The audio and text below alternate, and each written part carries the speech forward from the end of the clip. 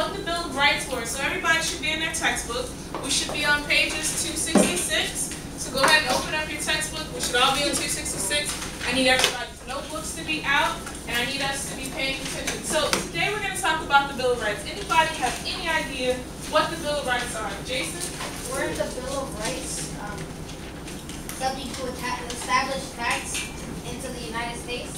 Okay, so maybe it had a portion of that was like when we started to establish our country. So it was one of those first ideas, but it was more so for the rights that we get. So by the end of the lesson, we'll be able to identify the first 10 amendments to the Constitution in order to compose a summary about the impact of the Bill of Rights on your daily life. So every day you have some interaction with our Bill of Rights. And I'm sure you don't always see it that way, but it's definitely something that has an impact on what happens to you. All right, so to warm up, I need you to turn and talk to your neighbor. You're going to talk about what is the Bill of Rights, what does it consist of, and what document is part of it, and what is an amendment. So turn and talk to your neighbor. What is part of this? The Articles of Confederation is the Constitution.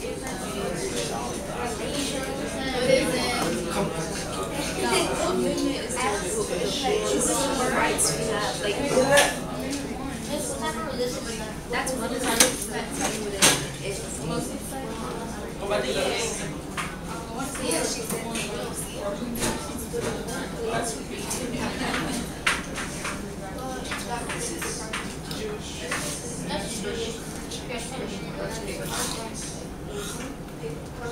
I think it's just a backdrop to show you the difference. Alright, does any group want to share out? So let's see somebody else's hand go up. Diego, since you were working with Jason, what was the Bill of Rights? What is it? The Bill of Rights was something that was established for our freedom and rights. Yes, for our rights. What does it consist of? How many are there, Durbin? There are how many? 9. Plus 10. 10. Alright, what document is this a part of, Jason? It's a part of the Articles of Confederation. No, wrong document. Let's go older. Which one would be older than the Articles of Confederation? That was the one that was kind of loose and shaky. Which one was stronger? What are we writing about in our grasp? The Constitution. So the Bill of Rights is a part of our Constitution. And an amendment is a change that is made to the Constitution. Alright, so here's a summary. It's going to be brief. You guys follow along in your textbook as it goes through the different types of rights that are given to us in the Bill of Rights.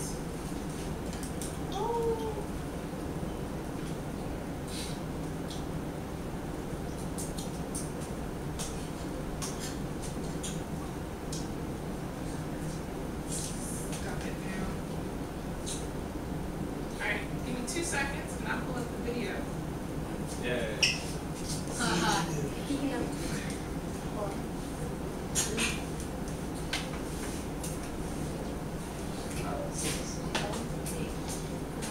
Ooh, less than 10 seconds.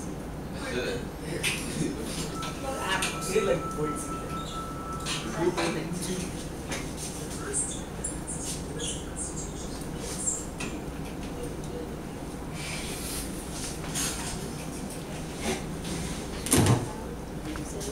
Known as the Bill of Rights, were ratified or passed over 200 years ago. But even though they're a bit, well, old, these first 10 amendments are still the most debated and discussed section of our Constitution today. So can you remember what they are? Let's take a look. The First Amendment is the freedom of speech, press, religion, assembly, and petition. This may be the most revered of the amendments. The first... Do you guys get to experience the first amendment to the Constitution? Yeah. Yes. Yes, right? Yes. So are you all able to speak freely? Yes. Can somebody give me an example of how they're able to speak freely? Right now. Right now, right? The fact that you can I respond. agree with my name. You can agree with whatever you like. What about your freedom of religion? Is anybody forced to be a particular religion? No. This amendment protects our rights to say and write our opinions, worship how we please, assemble together peacefully, and petition our government if we feel the need. The Second Amendment is the right to bear arms. The original intent of the Second Amendment was to protect colonists from the invading British soldiers, but it now guarantees that you have the right to own a gun to defend yourself and your property.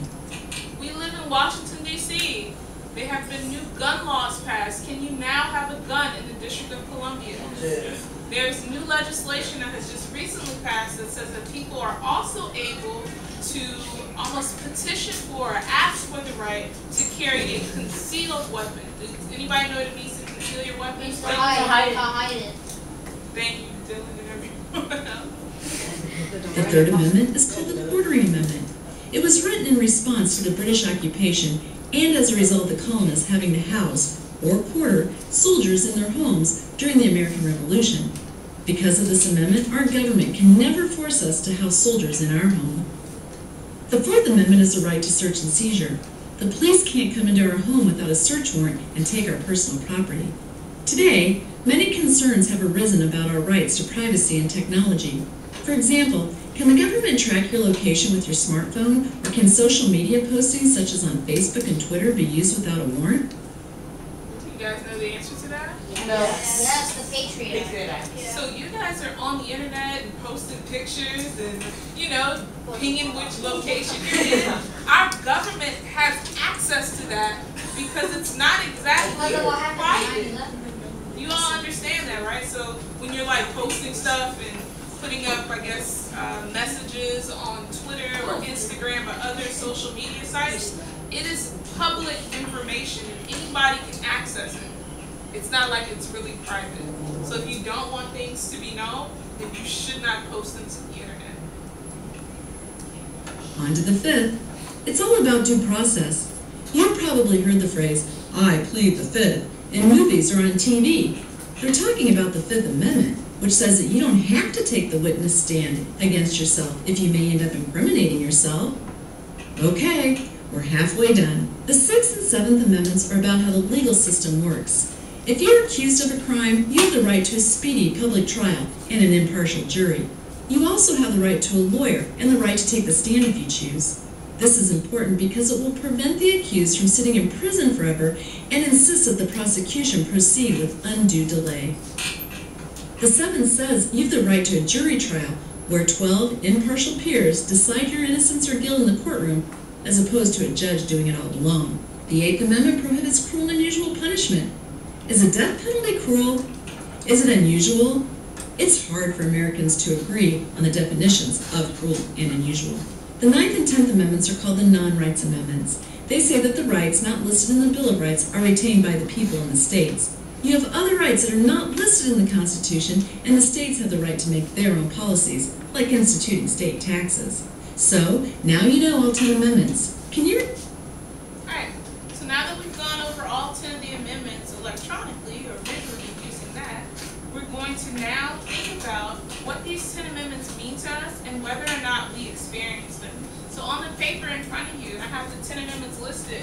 You're going to give me a 2-paragraph summary about 2 of the amendments, and I have them listed, that you personally have some interaction with, and provide you with 2 examples. So go ahead, get your paper ready, and we're going to write at least 2 paragraphs about 2 of the amendments that impact us, and provide 2 examples. For those of us who like to read the directions, in 2 or more paragraphs, explain how the Bill of Rights impacts your daily life. Provide at least 2 rights and 2 examples for each of the rights that you explain. And then we'll talk about it in class as per maybe some people have different experiences with those rights.